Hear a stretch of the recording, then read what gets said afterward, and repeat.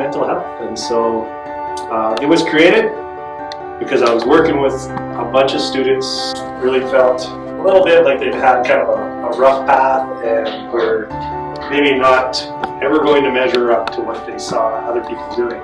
And so we really knew that we needed to do something to kind of speak to the kids that gave them a chance to kind of really show that they had a lot of skills and talents that people just didn't see, that they didn't see themselves. And so how do you bring that out and unlock that stuff and find a voice that they can use to kind of show the world what they're capable of.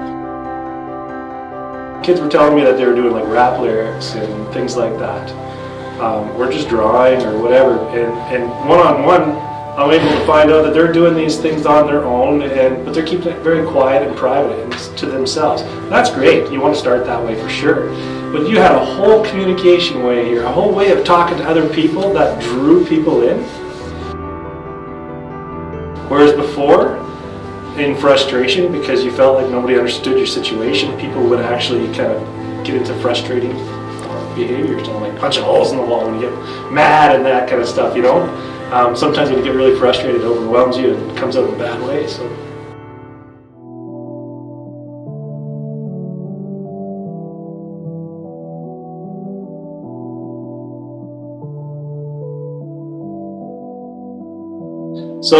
here we are unlocking something they already have a skill for, writing music, something they're drawn to. It's music, you guys know. It's like medicine for the soul, right?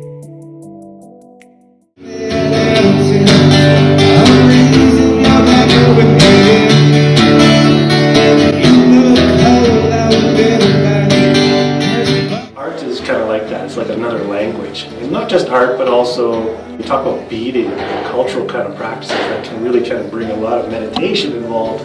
There's some mental health stuff built into this.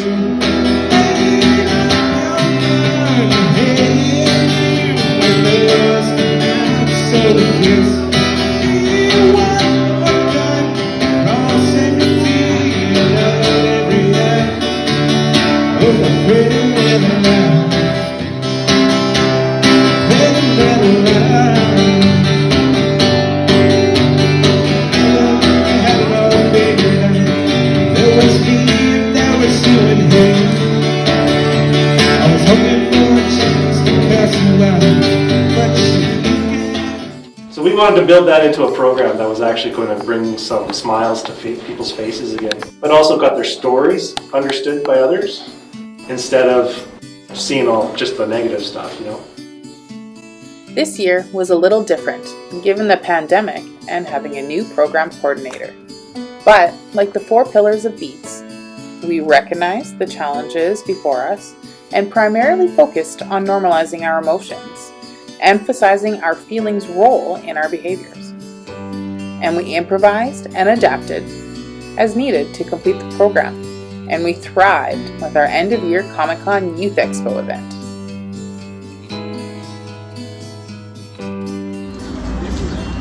Hi, I'm Jessica Liberal with B.E.A.T.S, and I Sound like you said bubble. The thing I like about B.E.A.T.S is that when I first joined back in grade 9, I'd say, I was mainly the quiet person and stuff, but ever since I joined it, I came out of my shell way more and This year, Jessica has been helping us realize how important our emotions are.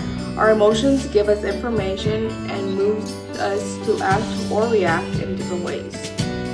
She encouraged us to think about our emotional health, what emotions we allow others to see, and which ones we try to keep hidden.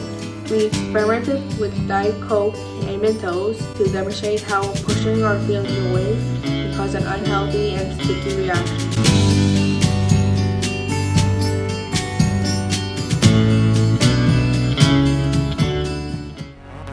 The Comic-Con Youth Expo was a first, but since this was far from a typical year, we knew we needed to do something different while promoting positive mental health.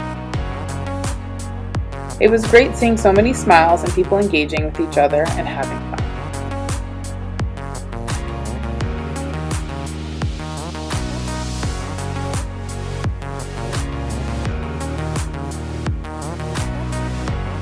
Our keynote speaker was Big Daddy Taz, the bipolar, mental health, motivational speaker and comedian.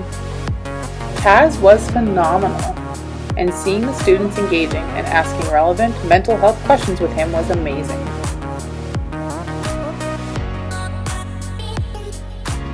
We also had a great message called A Beautiful Struggle from a local Saskatoon group called Legacy One.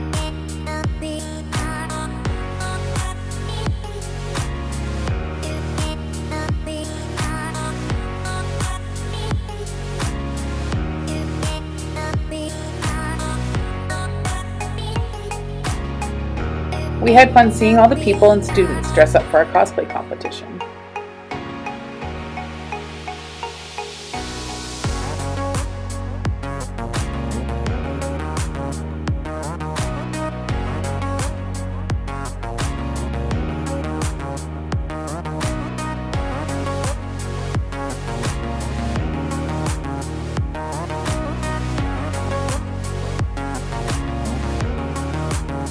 Overall, the event was very well received by everyone who attended and participated, with lots of people hoping to see it become an annual event.